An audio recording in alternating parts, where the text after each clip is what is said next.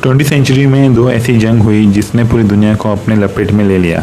हमने world war 1 में पहले ही वीडियो बना चुके हैं जिसका लिंक डिस्क्रिप्शन में दिया है। वर्ल्ड वॉर 2 को टोटल वॉर या ग्लोबल वॉर कहा जाता है क्योंकि इससे पहले जंग में सोल्जर के बीच में लड़ाई हुआ करती थी, पर इस जंग में सोल्जर के साथ सिविलियन भी लड़ रहे थे। इस जंग में दुनिया के इतिहास में पहले बार एटॉमिक बम का इस्तेमाल हुआ था। वर्ल्ड वॉर 2 की शुरुआत 1 सितंबर 1939 में हुआ था जब जर्मनी ने पोलैंड में हमला किया था। वर्ल्ड वॉर 2 दुनिया की सबसे बड़ी लड़ाई हुई थी जिसमें लगभग 7 करोड़ लोग मर चुके थे, जिसमें 5 करोड़ लोग सिविलियन थे और 2 करोड़ लोग सोल्जर थे। वर्ल्ड वॉर 1 की तरह वर्ल्ड वॉर 2 में भी दुनिया दो हिस्सों में बढ़ चुकी थी। एक तरफ अलाइड पावर जिसमें ब्रिटेन, फ्रांस, यूएसए और यूएसएसआर था और दूसरी तरफ एक्सिस पावर जिसमें जर्मनी, इटली और जापान था। इसके साथ साथ इन देशों की कॉलोनी भी थी और वहाँ के लोग इस लड़ाई में भी हिस्सा ले रहे थे। वर्ल्ड वॉर 2 से पहले जापान अपनी आर्मी को बहुत मजबूत कर रहा था। जापान ने अपने पड़ोसी देश कोरिया और चाइना में बार बार हमला कर रहा था। वर्ल्ड वॉर 2 की पहली बड़ी वजह ट्रीटी ऑफ वर्साइल था जो कि वर्ल्ड वॉर 1 के बाद हुआ था, जिसमें जर्मनी के ऊपर पूरी लड़ाई का इल्ज़ाम डाला और जर्मनी के काफ़ी इलाके अलाइड पावर ने कब्जा कर लिया था। वर्ल्ड वॉर 2 की दूसरी बड़ी वजह नेशनलिज्म और डिक्टेटरशिप था, जैसे कि जर्मनी में हिटलर, इटली में मुसोलिनी, रशिया में स्टालिन और जापान में टोजो पावर में था। लेकिन वर्ल्ड वॉर 2 का सबसे बड़ा वजह हिटलर था। हिटलर और उसकी नाजी पार्टी जो जूइश के खिलाफ थी। हिटलर समझता था कि जूइश की वजह से जर्मनी वर्ल्ड वॉर 1 में हार गया था। इसके साथ साथ हिटलर कम्युनिस्ट के भी खिलाफ था। 1933 में जब हिटलर जर्मनी का चांसलर बना, जैसे ही हिटलर पावर में आया, आइंस्टाइन जर्मनी छोड़कर अमेरिका चले गए।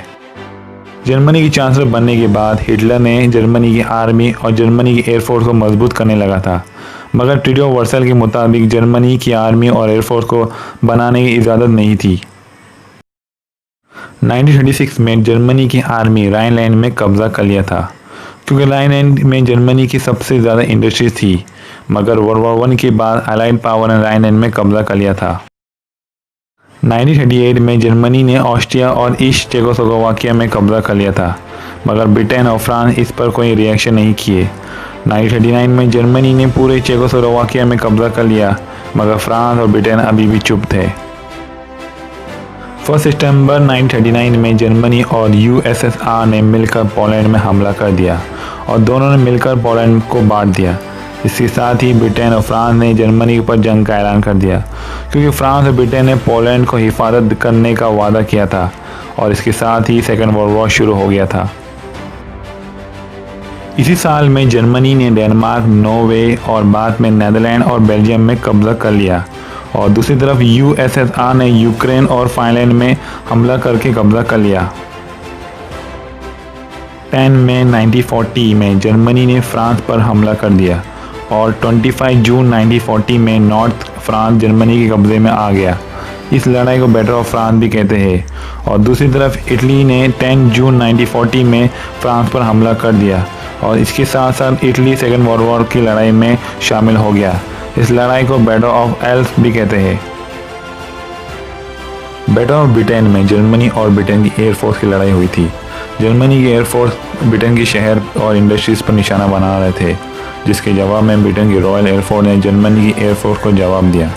इस लड़ाई में ब्रिटेन के लगभग 1960 एयरक्राफ्ट डिस्ट्रॉय कर दिए और वहीं जर्मनी के लगभग 2500 एयरक्राफ्ट डिस्ट्रॉय कर दिया। ये लड़ाई 10 जुलाई से लेकर 31 अक्टूबर 1940 तक चली।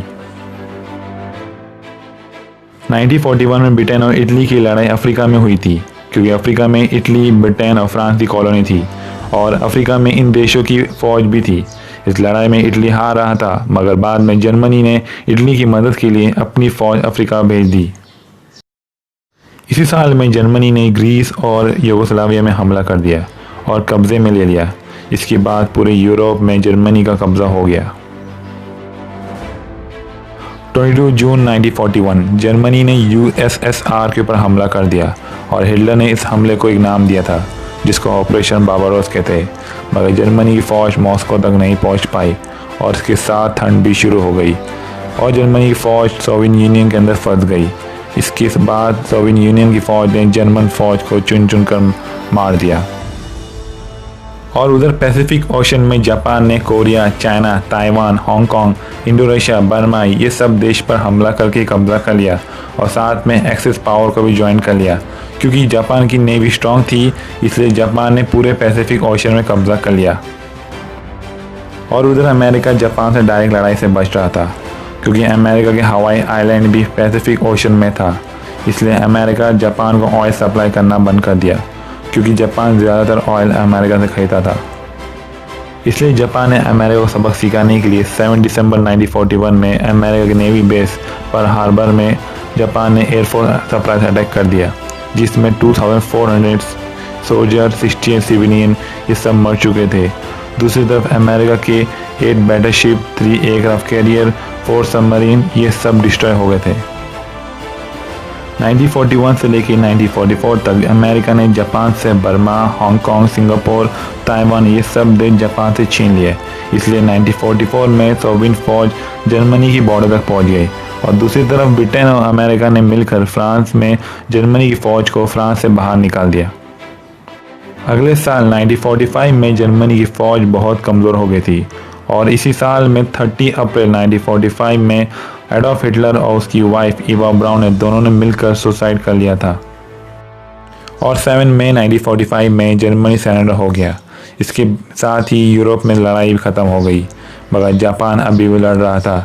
इसलिए अमेरिका ने जापान पर एटॉमिक बम गिराने का फैसला किया।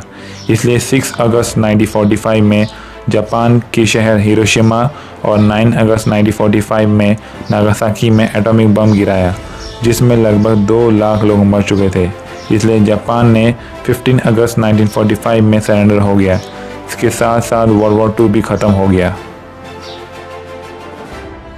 वर्ल्ड वॉर 2 के बाद जर्मनी को 2 हिस्सों में बांट दिया। एक तरफ वेस्ट जर्मनी जो कि अमेरिका, फ्रांस और ब्रिटेन के कब्जे में था, दूसरी तरफ ईस्ट जर्मनी जो कि यूएसएसआर के कब्जे में था।